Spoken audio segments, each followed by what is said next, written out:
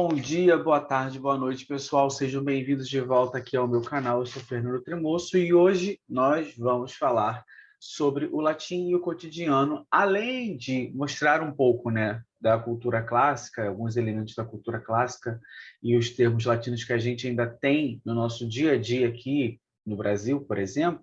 Vou mostrar também para vocês aqui a segunda declinação latina, tá? E também vamos falar sobre os adjetivos de primeira classe. Vamos entender um pouquinho o que seriam esses adjetivos de primeira classe e qual é a sua concordância e relação aí com os substantivos. Beleza? Lembrando que essa aula ela está baseada no material dos professores Rívia Silveira e Thaís Bastos. Então, vamos lá. Fazendo assim um apanhado geral, né? A gente lembra das aulas passadas, a gente viu que o latim ele não é realmente uma língua morta, porque ele vive através das línguas neolatinas, de termos que ainda existem no nosso cotidiano, e é isso que a gente vai falar de maneira um pouco mais, não tão aprofundada. Tá?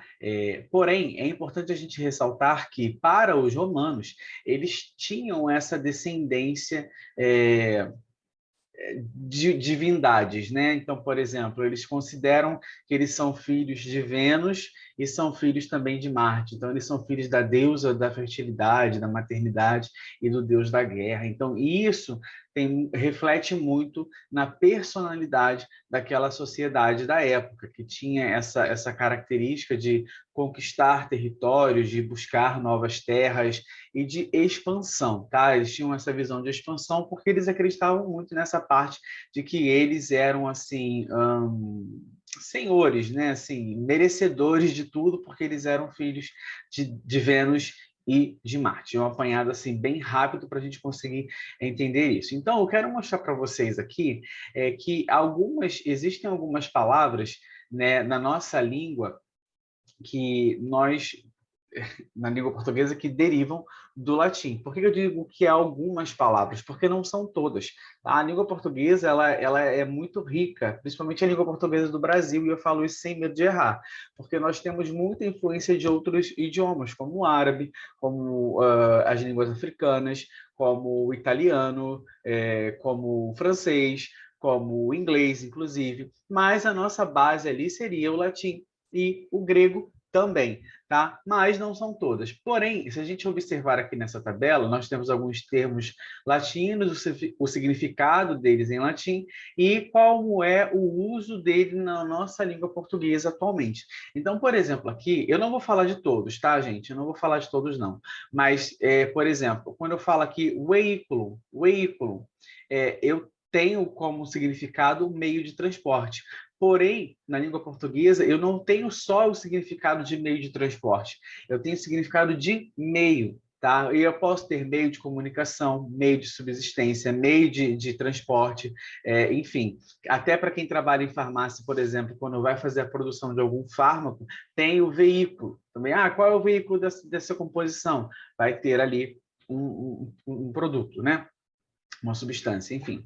Tá? Então, quando eu falo aqui ônibus, eu tenho que a forma do dativo plural para todos, né? E nós temos aqui a derivação para a língua portuguesa, ônibus, que aí seria o nosso transporte coletivo. Nós temos aqui o verbo orare, né? Que acaba virando para a gente um sentido o verbo do sentido de suplicar, de clamar, então ele tem um cunho religioso. Mas quando a gente pensa na palavra oração, né, oração tem a ver com súplica, tem a ver com pedido, com rogar, com pleitear, com advogar, tá? Então, isso lá no latim. Então, a gente percebe que há uma certa evolução, uma certa mudança aí no significado de algumas palavras e outras ainda se mantém, que é o caso do pensare, né, que teria aqui como suspender, perdurar, pendurar, tá? Pesar, pesar deriva do figurado de pesar os prós e os contras, ou seja, de pensar, de ponderar, e acaba que esse verbo no português tem um sentido muito próximo aqui ao latim, e existem outros, né, como alunos, que seria aqui pupilo, aprendiz, né, e acaba derivando a nossa palavra aluno, e os outros aqui, tá? Alguns nomes, né, que a gente conhece, nomes e sobrenomes, eles são de origem latina. Então, por exemplo, Regina significa rainha, Estela significa estrela, Silva significa selva, e entre os outros que estão aqui. Agora, muito interessante perceber que no nosso dia a dia existem nomes que são latinos e a gente nem percebe, como algumas marcas. Tá? Então, por exemplo, o sabão em pó, detergente, Minerva, é uma palavra latina, que é a deusa da sabedoria, da arte e da guerra. Né? O biscoito Bono, né? Que é a palavra bom. Né? Quando a gente fala de caixa de fósforo, Fiat Lux, né? Aqui a gente tem aqui, faça-se luz, né? Iogurte, Corpus, sabonete, são nomes de marcas aqui que são de origem latina, ok? E agora eu quero falar com vocês sobre a parte gramatical, né? Para a gente relembrar sobre as desinências, sobre ali o tema, sobre como se constitui uma palavra latina, vamos ler aqui o que Faria nos diz. As desinências são, em geral, as mesmas para cada caso, variando de declinação para declinação a parte final do tema. Assim, enquanto o tema encerra a significação da palavra e a característica da declinação a que a mesma pertence, a desinência indica simultaneamente as categorias gramaticais de gênero e número. Então, quando a gente trabalha com a desinência, a gente está trabalhando com categoria gramatical de gênero e número. Tá? Um outro detalhe é que o tema, só para a gente recordar, ele é formado pelo radical daquela palavra, mais a letra temática, que pode ser uma vogal ou uma consoante. Geralmente é uma vogal. Tá? E essa letra temática vai determinar ali o grupo, tá? Ou a declinação do substantivo. Tá? Anteriormente, nós vimos as características da primeira declinação. Se você não lembra o que é a primeira declinação, além de revisitar a aula passada para poder enfim, refrescar a sua memória, eu trouxe aqui também quais são as declinações. Então, a primeira declinação são temas em A, onde nós vamos ter o genitivo. Lembra que o genitivo ele é fundamental para a gente conseguir trabalhar na hora de organizar aqui o pertencimento nesses como é que chama? Nessas categorias gramaticais. Tá? A segunda declinação seria o que a gente vai ver hoje, né? Terminados em O e eventualmente em E, tá? Nós temos, então, o genitivo I. Tá? Terceira declinação são temas em I ou em consoantes, teremos os genitivos is. E a quarta declinação, temos os temas em U, com o genitivo us. E, para finalizar, a quinta declinação, temas em E, com o genitivo ei. Tá? Só para vocês lembrarem aqui. Então, as respectivas desinências de cada caso indicam uma função sintática específica. Cada desinência de cada caso ali vai ter uma função sintática específica. Se vai ser um nominativo, se vai ser um acusativo, um ablativo, um dativo, etc. Agora a gente vai conhecer a segunda declinação. Tá? O que é a segunda declinação? A segunda declinação é a dos nomes de tema em O e, eventualmente, em E. Tá? No entanto, exceto por algumas formas, as desinências de caso, ao encontrarem o tema em O, sofreram diversas mudanças históricas, de modo que muitas das desinências em muitas das desinências, temos um U ao invés de O. Tá? E isso se dá apenas na superfície da palavra. Tá? Nas formas morfológicas subjacentes à vogal temática, O está ali inserida. Tá? Os nomes da segunda declinação apresentam alguns subtipos que são melhor entendidos se vistos de maneira separada. Tá? Então, compõe a segunda declinação palavras cuja vogal temática é o O, como eu já disse, podendo apresentar também alternância com a vogal E. Tá? Então, nós temos esse final O ou E. Tá? A gente consegue observar que a vogal O mantém-se nas terminações do dativo e do ablativo singular, Do acusativo plural, ó, vamos lá. Do dativo e do ablativo singular. Dativo e ablativo singular, do acusativo plural e do genitivo plural. Tá? Mas em outros casos pode ocorrer a contração dessa vogal com desinências vocálicas ou começadas por vogal i e is. Então, eu posso ter aqui o us, eu posso ter aqui i, eu posso ter aqui is. Posso ter aqui também. Mas isso é devido à explicação que eu falei, dele sofrer aí essas mudanças históricas. Tá?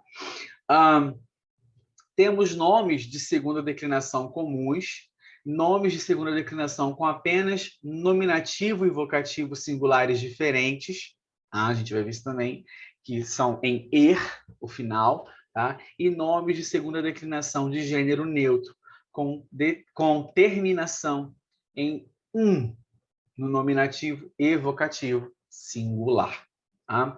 Então, vamos lá aqui. Para a gente conseguir identificar as palavras desta declinação, a gente precisa, então, observar a marca distintiva fornecida pelo dicionário. Qual é essa marca distintiva? Como que eu descubro que uma palavra faz parte de uma desinência? Através do dicionário, tá?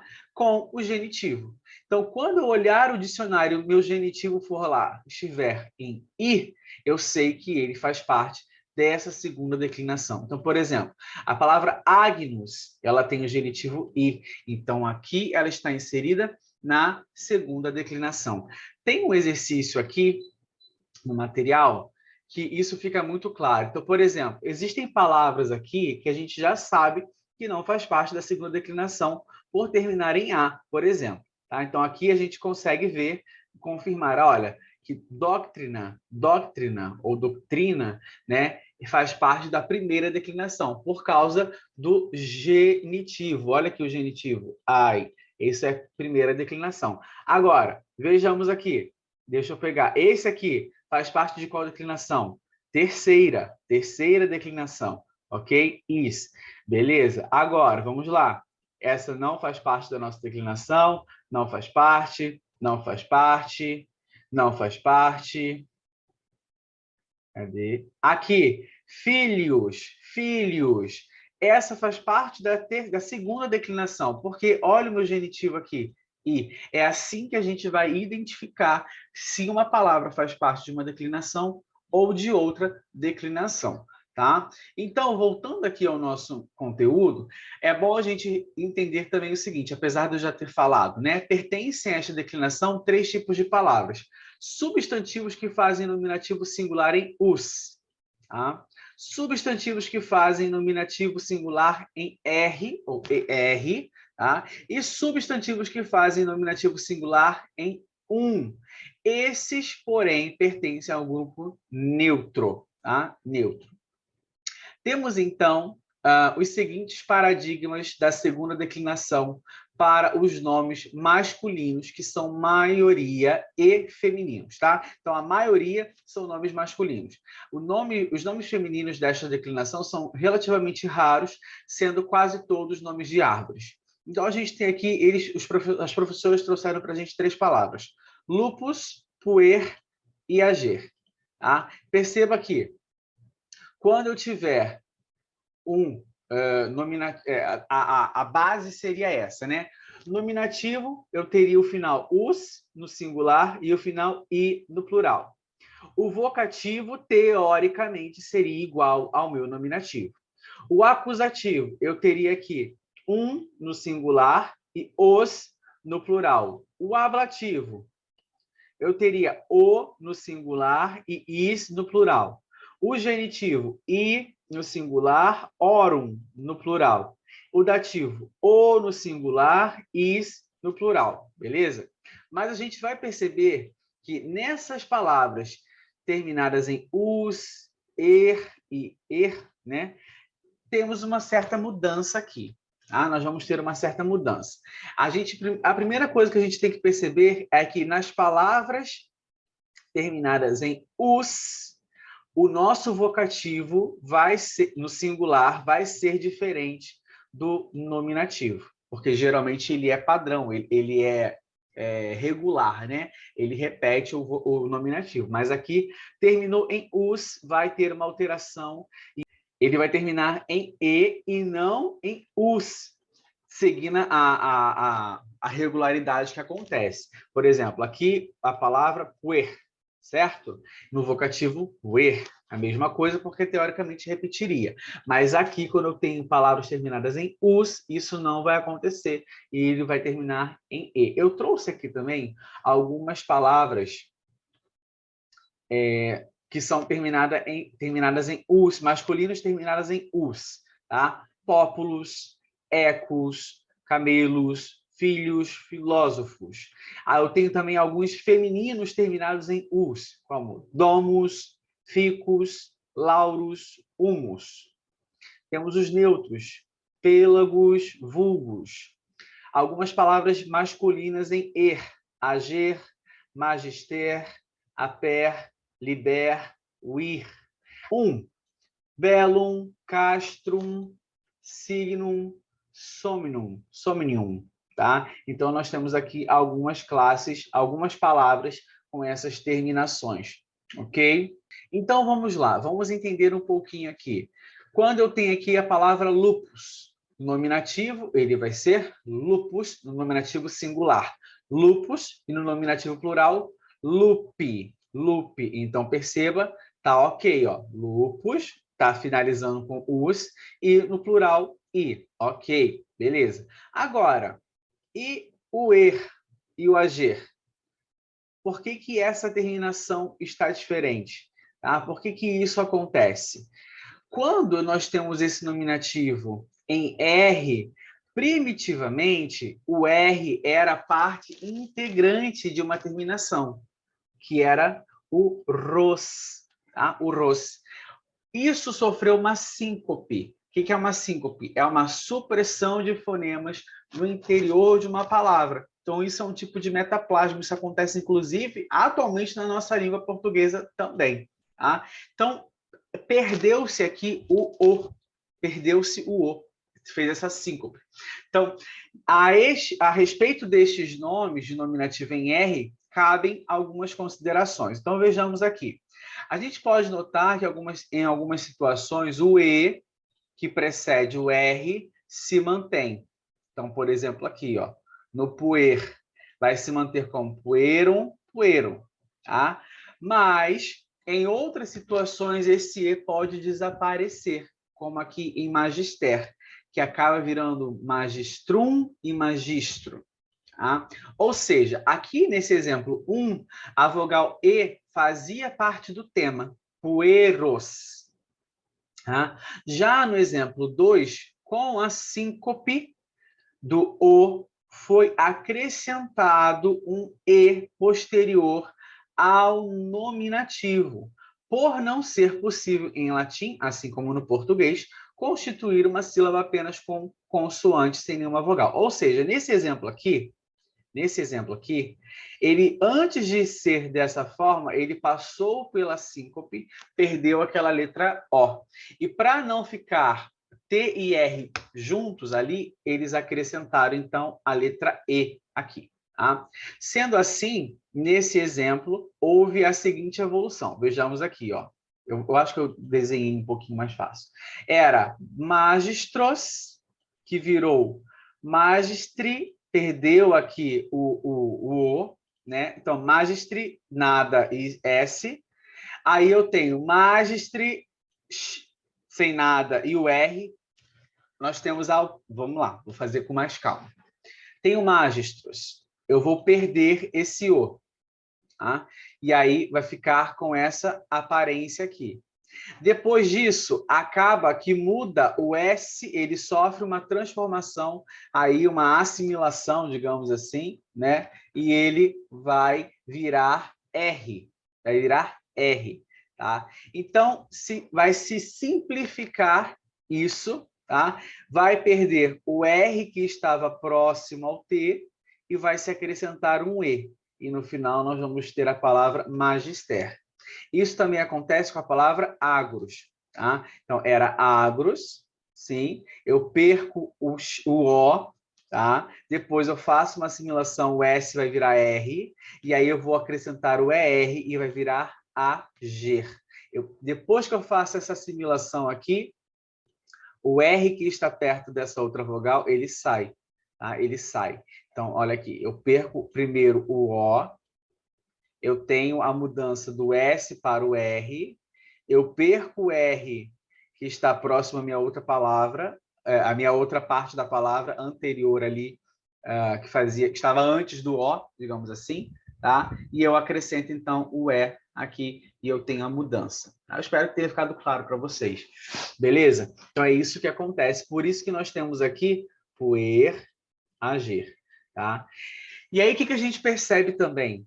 É que no vocativo nós temos puer, agir, no vocativo singular. No nominativo singular nós temos puer e agir. No plural nós vamos ter pueri, agri. Então, olha a outra mudança que acontece. Aqui, como eu tenho puer, eu simplesmente acrescento i. Mas aqui acontece uma outra mudança. Eu perco o e e eu acrescento ri aqui. E vira agri. Agri. Olha, mas por que isso? Porque anteriormente a palavra era agros. Então, tudo isso faz uma diferença. Tá? Então, no acusativo, todo mundo está recebendo um no final. Lupus, lupum. Puer, puerum. Ager, como é que vai ficar? Agerum? Não. Agrum. Agrum. Tá? Agrum. Lembra aqui da origem da palavra, ó. Lembra aqui da origem da palavra, que era agros, ok? Então, vai virar agrum. E no plural, como é que fica? Lupos, porque vai receber OS, pueros e agros. Ablativo singular, lupo, puero, agro. Ablativo plural, lupis, pueris, agris. Genitivo, lupi, pueri, agri. Plural, luporum, luporum, puerorum, agrorum. Então, acaba recebendo esse orum aqui, tá? Perceba, a gente perde essa parte e acrescenta essa desinência, tá? Sempre assim. Aproveita nesse momento para vocês relembrarem, né? Nominativo, é o caso do sujeito, vocativo é um chamamento, o acusativo geralmente é conhecido como objeto direto, o ablativo, que ele é ali o adjunto adverbial, o genitivo seria ali um adjunto adnominal, por exemplo, e o dativo pode ser também um complemento nominal, e o dativo seria aqui o nosso objeto indireto. Tem outras funções, mas eu estou dando a função aqui mais comum, mais usual, tá? Então, depois de vermos isso, a gente já fez eu já mostrei como fazer para achar quem é da declinação, da segunda declinação. Isso a gente faz através do dicionário ou do vocabulário que nos dão. Tá? Então, vamos falar dos adjetivos. Os adjetivos, gente, são palavras que podem ser usadas diretamente para qualificar um substantivo. Né? Nós temos exemplos no português de várias formas, como cores, como características físicas. Então, ele geralmente costuma aparecer imediatamente em seguida ao substantivo. Tá? Isso aí seria a ordem canônica. A gente já falou sobre isso também em uma outra disciplina, tá? E costuma também concordar em gênero e número com o substantivo. Tá? Isso também acontece no latim, tá? Com a diferença que, como o sistema de casos permite a flexibilidade de ordem, ou seja, como a gente sabe que a ordem ali na estrutura da sentença de uma frase latina não importa tanto, porque o sentido vai ser o mesmo, tá? Um substantivo, então, pode receber uma qualificação de um adjetivo, mesmo que ele não apareça pós-posto a esse substantivo. Tá? Então, basta que o substantivo e o adjetivo estabeleçam relação de concordância. Então, é através dessa relação de concordância que a gente consegue, então, perceber quem é o substantivo, quem é o adjetivo, e também que estejam ali em uma relação de modificação, porque o adjetivo tem essa função também de modificar o substantivo. Tá? No entanto, um adjetivo em latim deve concordar com o substantivo não somente em número e gênero, como em português. Mas o adjetivo no latim, ele precisa concordar em caso. Então, se o meu substantivo, a minha palavra, tá? Que eu quero dizer aqui, ela é um nominativo, eu tenho que concordar o meu adjetivo no nominativo. Se a minha palavra ela é um dativo, eu tenho que concordar o meu adjetivo no dativo, tá bom? Então, por isso, os adjetivos em latim são palavras que podem ter até 36 diferentes formas. Então, um único adjetivo latino pode ter até 36 formas. Mas, meu Deus do céu, Fernando, por que ele pode ter 36 formas? Gente, repara aqui, nós temos 6 casos. Cada caso, nós temos 2 números, singular e o plural.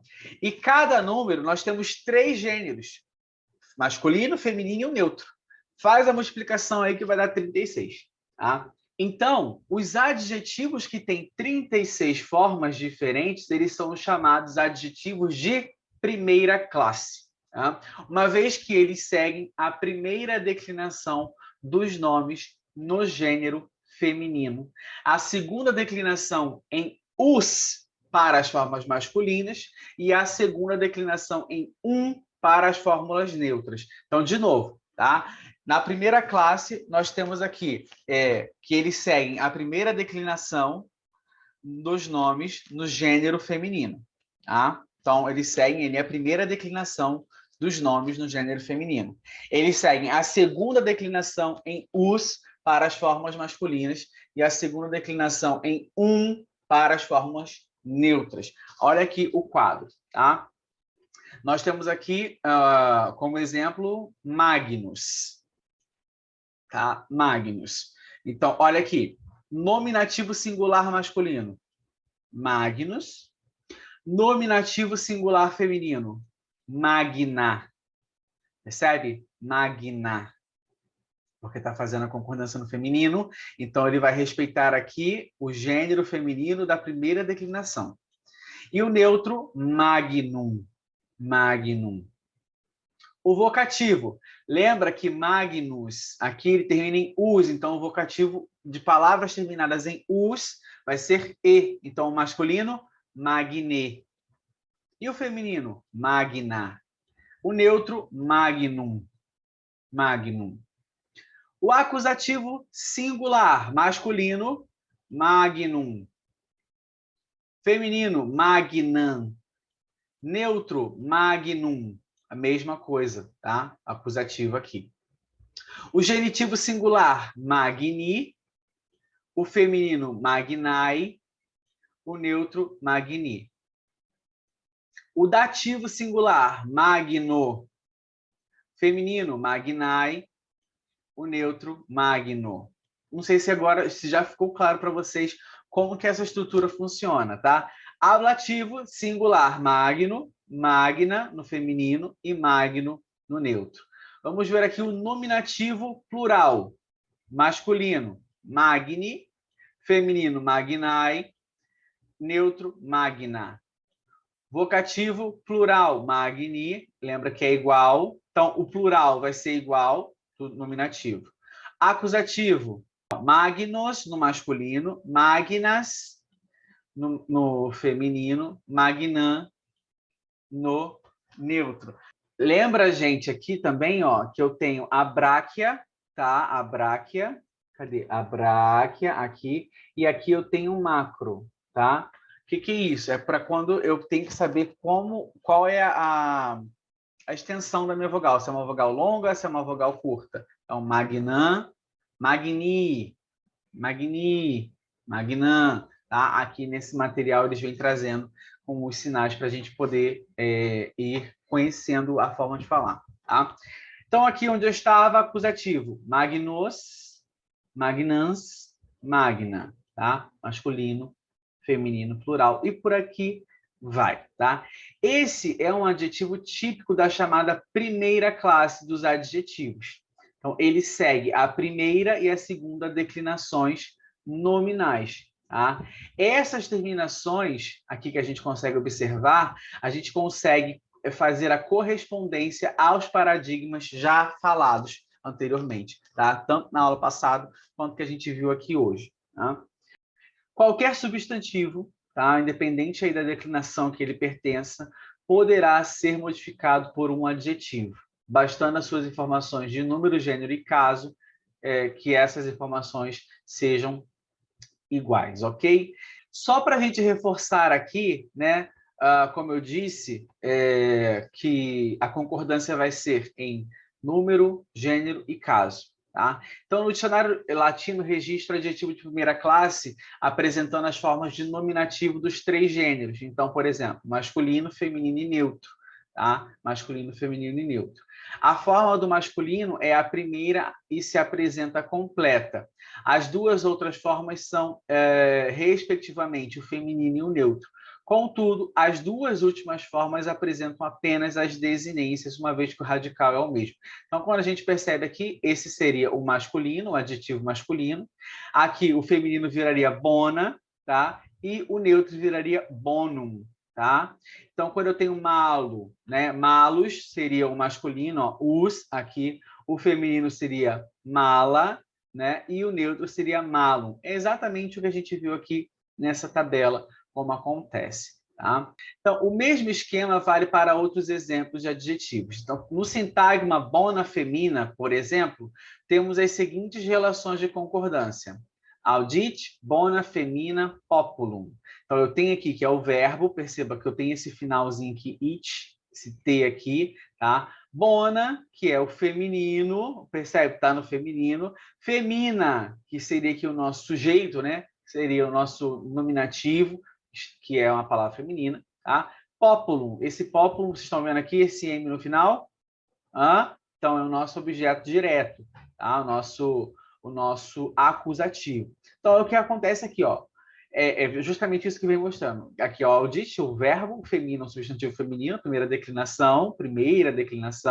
O bona, que é o nosso nominativo singular feminino, né, o nosso adjetivo, concordando em gênero, número e classe. E o populum, que é o substantivo masculino, tá, de segunda declinação, que é o acusativo singular, objeto direto. É interessante fazer essa quase uma análise morfossintática, aqui, morfossintática, na verdade, porque a gente acaba entendendo melhor como funciona a língua latina. Nós temos aqui, então, o verbo, audite, o bonum, aqui, que é o nosso feminino, o nosso adjetivo, certo? Eu tenho femina aqui, que não é mais o meu sujeito, não é mais o meu nominativo, ele agora é o meu acusativo, ele é o meu objeto direto, e populus, que passa a ser o meu nominativo. Perceba que esse bonum aqui está concordando com o feminã, tá? Percebe? Olha o finalzinho aqui, ó. Tá? Feminã, bonum. Então, a gente consegue perceber que esse adjetivo aqui está concordando com o meu objeto direto. Deixa eu apagar essa bagunça aqui. Com o meu objeto direto, justamente por causa da desinência. Olha a desinência aqui, que fica muito mais fácil da gente conseguir saber a que termo ele está modificando ou caracterizando. Tá? Bonum, feminã, populus. Tá?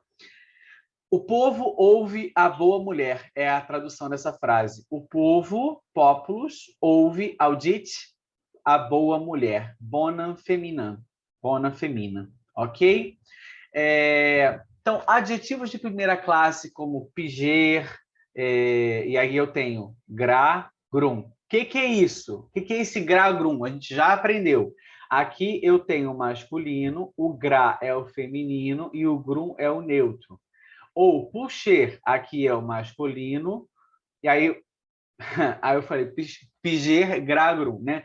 Piger, pigra, pigrum, tá? Puxer, puxra, puxum. Então, o shra aqui é o feminino e o shum aqui é o neutro.